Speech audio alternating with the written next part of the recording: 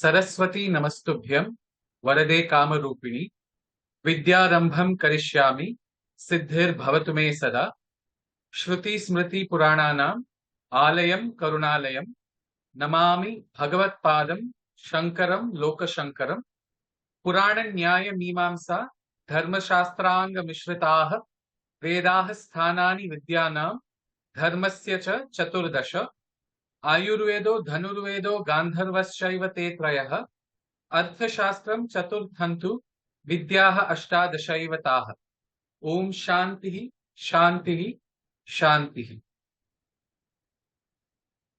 श्रीराम श्रीराम श्रीरामचंद्र कृपालु भज मन हरण भव भय दारुणम् नवकंजलोचन कंज मुख कर कंज पद कंजारुणम्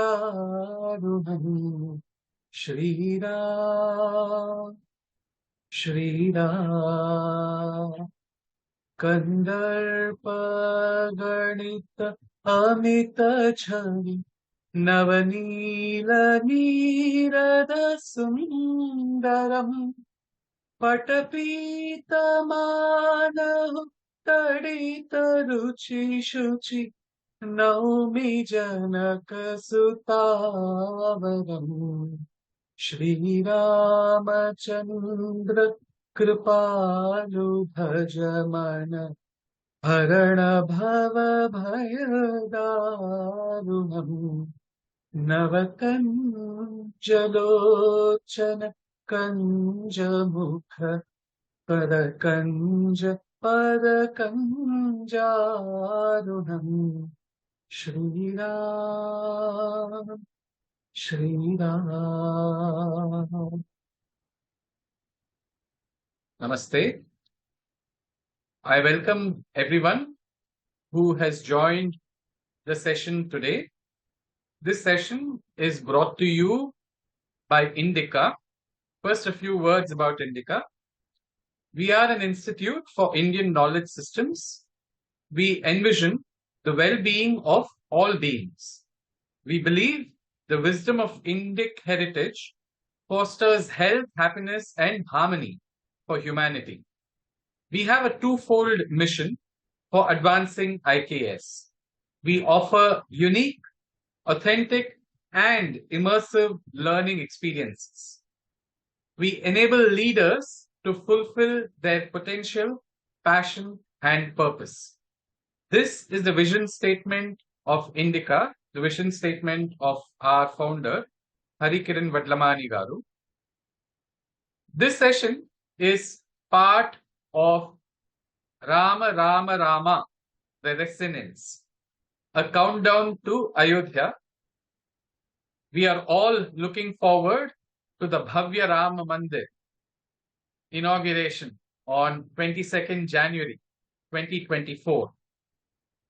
A countdown to this, in the run-up to this launch, the different centers of INDICA have come together and are organizing webinars from the 10th to the 21st of January between 9 p.m. and 9:30 p.m.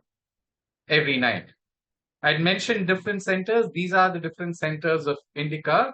The drop-down that you see: Ayurveda Studies, Bhasha Studies, Embodied Knowledge, Institute of Indic Wisdom, Jurisprudence Studies, Moksha Studies, Museums, Polytheism Studies, Pictures, Soft Power Studies, Shaiva Studies, and Yoga Studies. What you see on screen right now is the schedule from the 10th to the 21st. Today is the 11th. So today's program, today's session, is the second part of a two-part talk titled Rāmāyaṇa across Bhasha-s. This two-part talk, aims to shine a spotlight on Rāmāyaṇa publications in multiple languages and related landmark survey publications. This two-part talk is brought to you by INDICA's Center for Bhasha Studies. We are a center for advancing the beauty of Bharatiya literature and the wisdom of our classical texts.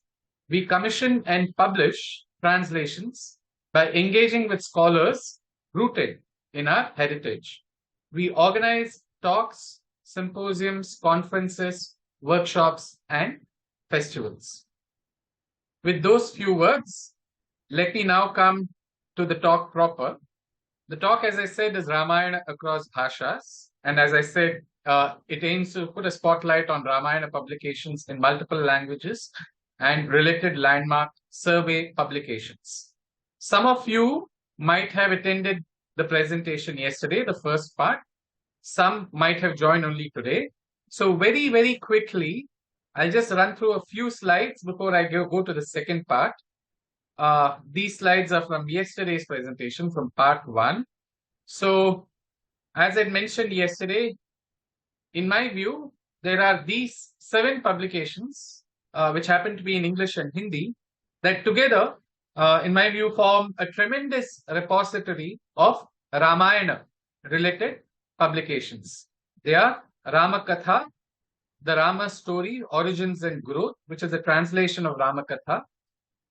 The 2-volume A Critical Inventory of Ramayana Studies in the World, Volume 1 and 2. Tulasidas, a Bibliography, and Rama Sahitya Kosha in 2 volumes. You can refer to more details in the video from yesterday, which is on YouTube. I'm not going through each of these. All of this was covered yesterday. I will now proceed to where I stopped yesterday. I'm just quickly going through the slides that were covered yesterday, and here we are. So we had ended yesterday with covering A and B out of the 8 parts, A to H, in the first volume of A Critical Inventory of Ramayana Studies in the World. For those who might have attended yesterday, this table should be familiar.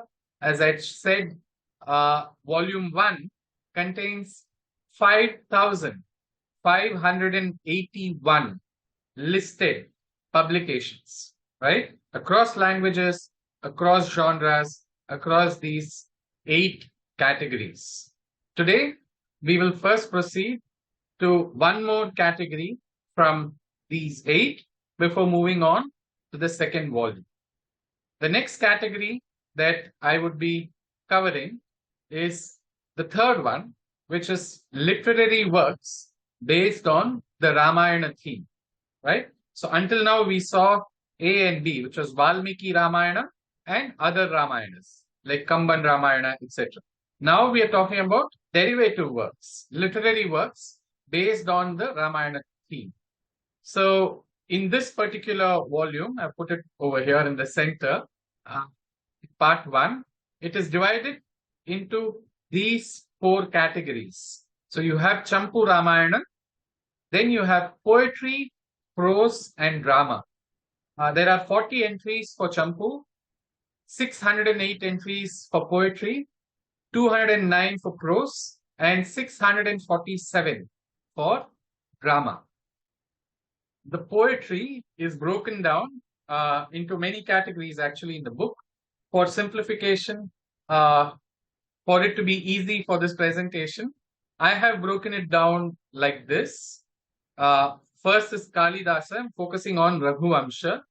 I'll give you the details of that. So there are about 112 entries for that, out of which 24 are the text of Raghuvamsha and 88 are translation related.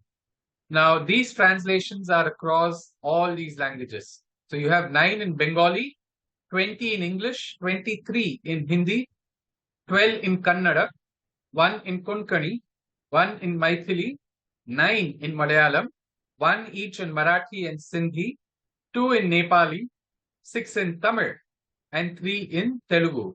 So you have 6 translations of Raghuvamsha in Tamil, right? The others, there are 496 other entries related to Kalidas, related to poetry in this volume. Now let's move on to prose. In prose, there are 209 entries and they are broken down by language like this. So you have 5 in Sanskrit, 4 in Bengali, 37 in English, 11 in Hindi, 102 in Kannada, 1 in Konkani, 2 in Maithili, 6 in Malayalam, 30 in Marathi, 3 in Rajasthani, 4 in Tamil, 3 in Telugu, and 1 in Urdu. Okay. Now, coming to Champu, so obviously it is Bhasha-s Champu Rāmāyaṇa. There are 40 entries related to this, and they are broken down as the text, which is in Sanskrit, 8, and then the remaining 32 are translations, which are 15 in Kannada, 1 in Malayalam, and 16 in Telugu. Finally, coming to drama, which is the largest section in literary works based on Rāmāyaṇa theme, there are 647 entries listed over here. I have listed some of the names over here, the author names as well as the text name. So you have Avasti, Rudra Prashna Avasti, Rama Abhyudaya Yatra, Rama Abhyudaya Yatra. Then you have Bhasha-s Abhisheka Natakam, Pratima Natakam, and Yajna Phalam. Then you have Bhaskara's Unmata Raghava. Thereafter, Bhavabhutis, Mahavira Charita, and Uttara Ramacharita. Then Dinnaga's Kundamala, followed by Hanuman's Mahanataka, Jayadeva's Prasanna Raghava, Murari's Anargha Raghava, Rajashekara's Bala Rāmāyaṇa, and many others, right? It ends with Yakshaganas, as you can see on the slide. So, just to kind of summarize now, Volume 1, 8 categories, and a total of, as we saw, 5581. And we saw details for 3. For the lack of paucity of time, I will move on now to the next volume, which is Volume 2. So the way these 2 volumes have been broken, the first one broadly focuses on bhashas which they don't call foreign, and then the second includes basically foreign languages, and there are these 30 languages, that 30 categories, please, which are mentioned over here. So you have 2 for Arabic, 2 for Brazilian, 1 for Bulgarian, 7 for Burmese, 206 for Cambodian.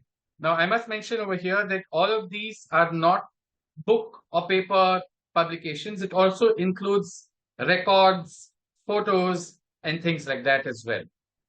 There are 5 for Chinese, 1 for Czech, 3 for Egyptian, 97 French, 77 German, 1 in Hebrew, 5 in Hungarian, 122 in Indonesian, 18 Italian, 5 Japanese, Laotian 7, Latin 5, Norwegian 2, Philippines 1, Polish 1, Russian 6, Sinhalese 5, Spanish 5, Swedish 1, Turkish 2, Thai 165, Urdu 70, Ukrainian 2, Uzbek 1, Nepali, which is in the addendum section, a whopping 229, which brings the total to 1055.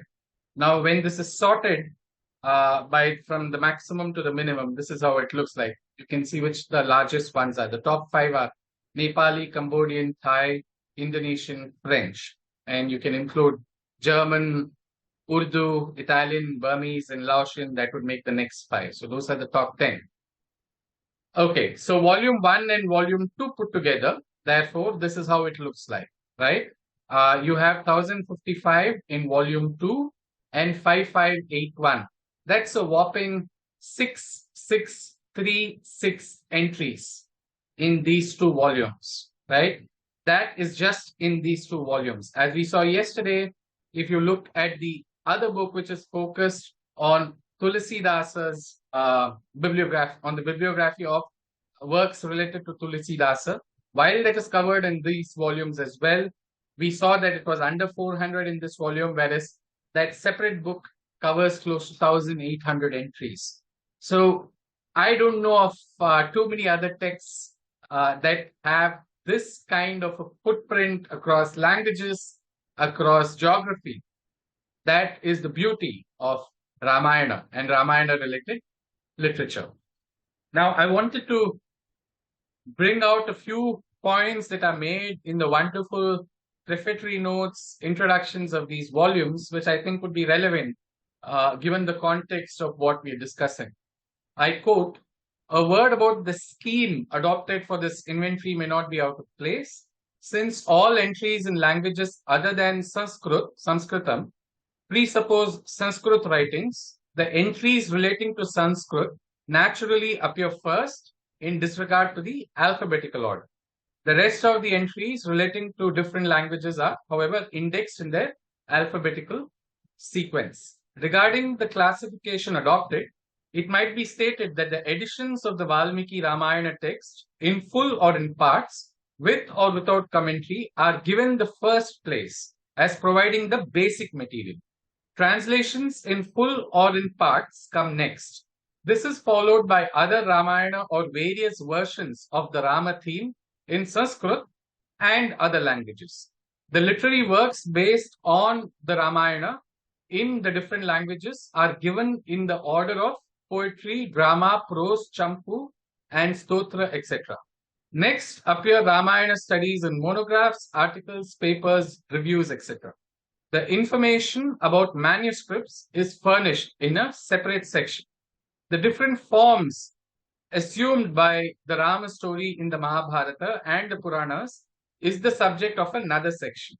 Finally, there is a summary of information about art based on the Ramayana theme. That was volume 1. Now, in volume 2, an excerpt from the publisher's note, I quote, "We are conscious of the fact that to make a comprehensive inventory of the Ramayana studies of the world requires committed field by a number of scholars devoted to the subject. With the limited resources at the disposal of the Sahitya Academy and the lack of proper international infrastructure, it was not possible to take up a more comprehensive project. However, it is hoped that this attempt for an international inventory will serve as a basic guideline and a tool of reference for Ramayana scholars in India and abroad. This inventory, we hope, will pave the way for more comprehensive work in the field of Ramayana scholarship. The inventory clearly shows how the national epic of India has turned over as a repository.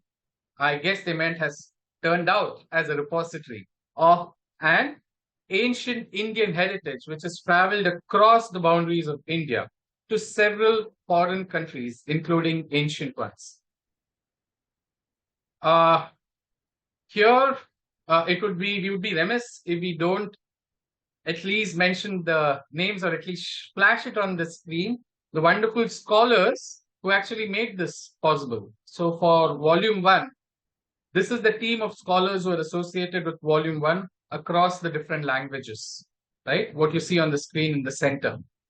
In addition to this list, you have an international committee, editorial committee, and there were 16 names that you can see on the right over here. Moving on to, that was volume 1. Moving on to volume 2, the team, which was volume 2 was where you had all the foreign literature, right? Foreign language literature. So this was the team of scholars associated with volume 2, and this is the international editorial committee. So 11 in this team of scholars and 15 in this international editorial committee. A few words from the introduction, which I feel would be wonderful to bring this to logical closure, actually. Yavat sthasyanti girayaha saritascha mahitale tavad Ramayana katha lokeshu pracharishyati. As long as mountains and rivers will exist on the earth, the legend of Rama, that is the Ramayana, will continue to be narrated among the people. I wanted to cover this as well. Let me do that very quickly. It's 9:20, maybe take a couple of minutes more. The text and its recensions. I quote, "The text of the Ramayana, as it has come down to us, is divided into 7 books called Kandas, and each Kanda is divided into several sargas, cantos. The Kandas are named Balakanda, Ayodhya Kanda, Aranya Kanda, Kishkinda Kanda, Sundara Kanda, Yuddha Kanda, and Uttara Kanda. In the Gaudian recension, the Balakanda is called Adi Kanda and the Yuddha Kanda, Lanka Kanda. The total number of cantos of the Ramayana is 638, according to the Southern recension. And the total number of verses is some 24,000. Most of the verses are composed in the easy 32-syllable Anushtubh meter, though a few other longer meters too have been used occasionally. The text of the Ramayana has come down in several recensions. They are as follows: Southern, Gaudian, Western, and Northwestern.